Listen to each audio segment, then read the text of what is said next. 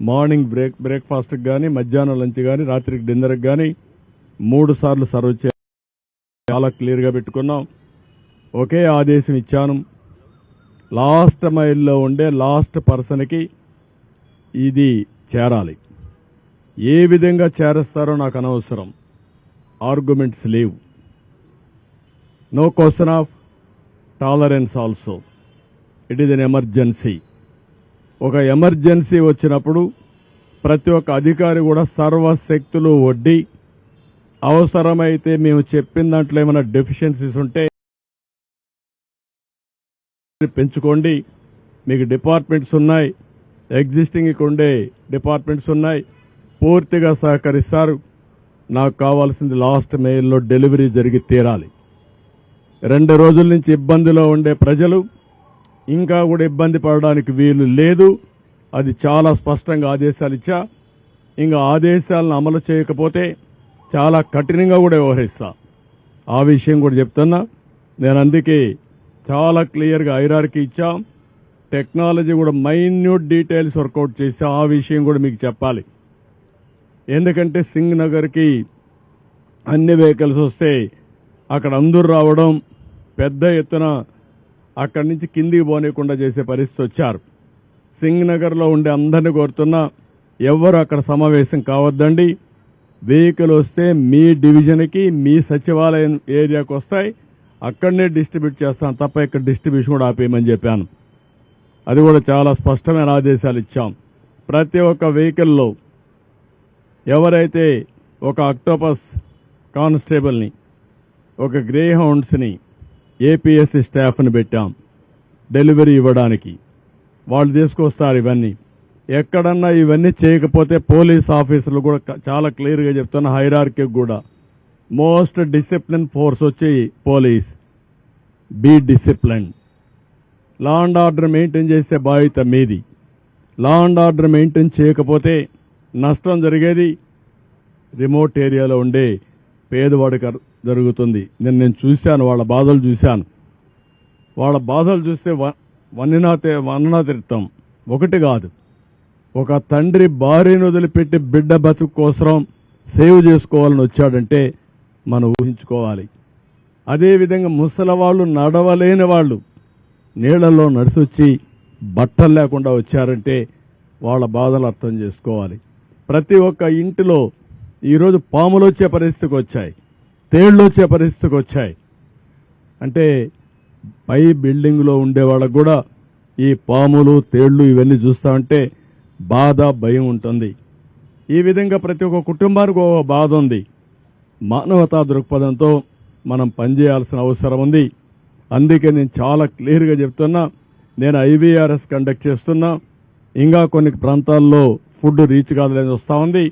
ఆ ఐవీఆర్ఎస్ మెసేజెస్ని మళ్ళీ తిరిగి ఆఫీసర్లకు పంపిస్తున్నా.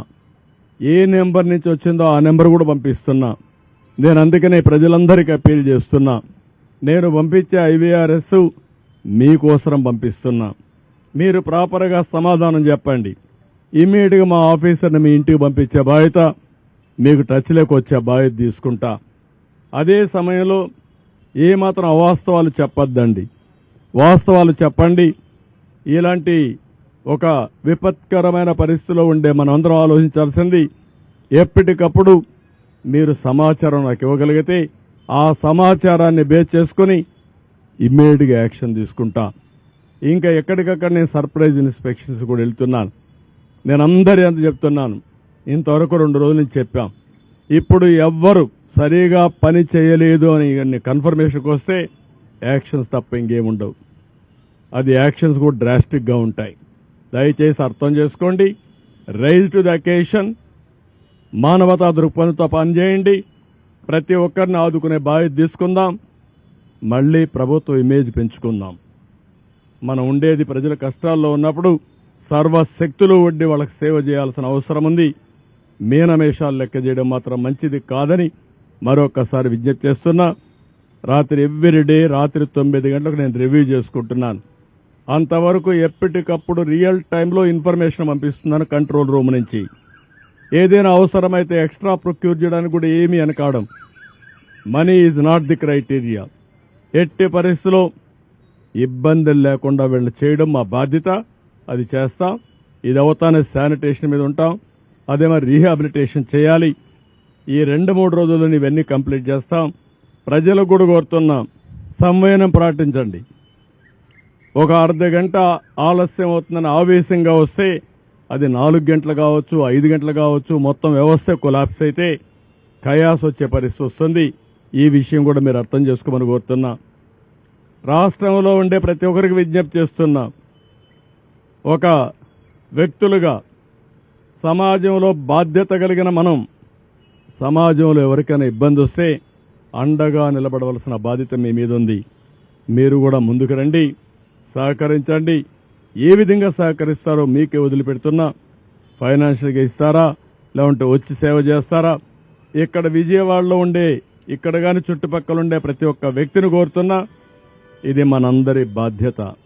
సాటి మనిషి ఇబ్బందుల్లో ఉన్నప్పుడు మీరు చేయాల్సిన పని, మీరు వంట చేసి తీసేపోయి ఒకసారి క్యారియర్ తీసి పెడతారా, లేకపోతే పరామర్శిస్తారా, వాళ్ళని లేకుంటే నిత్యావసర వస్తువులు ఇస్తారా, లేకుంటే వాళ్ళకి ఏదైనా కష్టాల్లో ఉంటే ఆదుకుంటారా?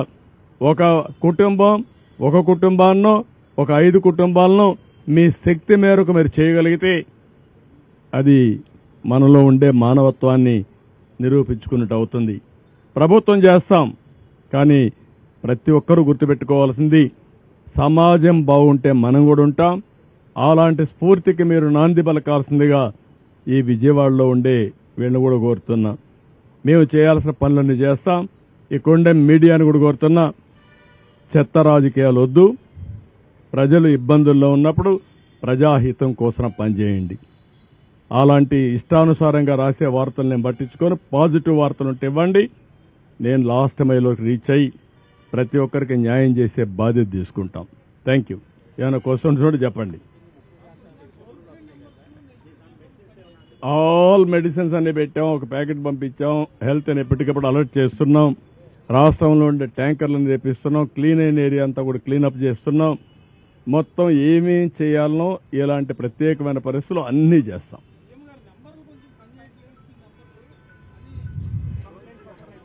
ఓకే, ఆ 2 నెంబర్లు ఇచ్చాను. ఒకవేళ అవసరమైతే ఇంకొక నెంబర్ కూడా ఇస్తాను. నేను వేరే కంట్రోల్ రూమ్ పెడతాం.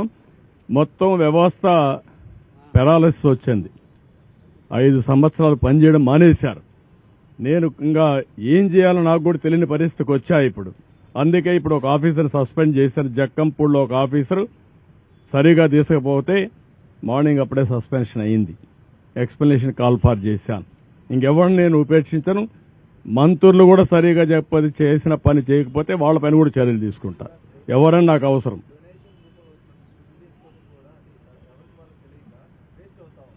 అంటే నేనేమంటానంటే, మనకుండే రిసోర్స్ అన్ని సద్వినియోగం చేసుకోవాలి. కాస్తో కోస్తో వేస్ట్ అయినా మేమేం చేసామంటే అందరికీ రీచ్ కావాలనే ఉద్దేశం చేశాం. వాళ్ళు రీచ్ కావాలంటే వాళ్ళకు ఇబ్బందులు ఉంటాయి. మేము ఒక స్ట్రక్చర్ కానీ సప్లై డిమాండ్ 2 కూడా చేయడం కోసం చేశాం. నో అని నేనేమంటాను, నో ఇవి ఇంత పెద్ద ఆర్గనైజేషన్లో అవన్నీ మనం చేయలేము. మేము మనుషుల యొక్క మీకు పేపర్కి ఇస్తాం, పలాని వ్యక్తి పలాని ప్రాంతంలో మా సచివాలయం ఇన్ఛార్జ్ సీనియర్ ఆఫీసర్ ఒక అతను ఉంటాడు. సచివాలయం సిబ్బందిని అంతా తీసుకున్నాం. అక్కడుండే వాలంటీర్స్ కూడా డబ్బులు పే చేస్తున్నాం. వాళ్ళు కూడా ఉపయోగించుకోమన్నాం. వీళ్ళందరినీ ఉపయోగించి అవసరమైతే ఒక 5-10 మంది బయట నుంచి తెచ్చుకోమన్నాం. వీళ్ళందరినీ పెట్టుకొని ప్రతి ఒక్కరికి ఇమ్మన్నాం. ఆ స్టాక్ పాయింట్స్ ఏవైతే సచివాలయం నెంబర్లు మీకు ఇస్తాం, ఆ సచివాలయం నెంబర్లు మీరు పబ్లిసైజ్ చేయండి. అవి పబ్లిసైజ్ చేస్తే ఆటోమేటిక్గా ఎవరు వస్తారో నేరుగా వాళ్ళని కాంటాక్ట్ చేసి అక్కడికి పంపిస్తారు వెహికల్స్ అవన్నీ. అదే నేను అనేది మానవతా దృక్పథంతో ఆలోచించమంటున్నాను. మన కుటుంబ సభ్యుడు ఒకడు చనిపోతే ఏ విధంగా ఫీల్ అవుతామో ఆ విధంగా అధికార యంత్రాంగం ఫీల్ కావాల్సిన అవసరం ఉంది. అధికార యంత్రాంగమే కాదు, సమాజం కూడా. సమాజంలో హితం అనేది మరి మనం చనిపోతే ఎవడు తీస్తాడు రేపు? ఆ ఆలోచన ప్రతి ఒక్కరికి రావాల్సిన అవసరం ఉంది. అందుకే చెప్తున్నా, చాలా గట్టిగా చెప్తున్నా. 1-2 కాదు, నేను చాలా చూశాను ఇవన్నీ. అవి చూసిన తర్వాత నాకు చాలా బాధ కలిగింది. ఆ బాధే ఇక్కడ రిఫ్లెక్ట్ చేస్తున్నా. చాలా స్టబర్న్గా ఉంటాను. దృఢ సంకల్పంతో మనస్సును కూడా స్థిమితం చేసుకొని చెప్తున్నాను. Now everybody has to act. No excuses. I am very clear on that.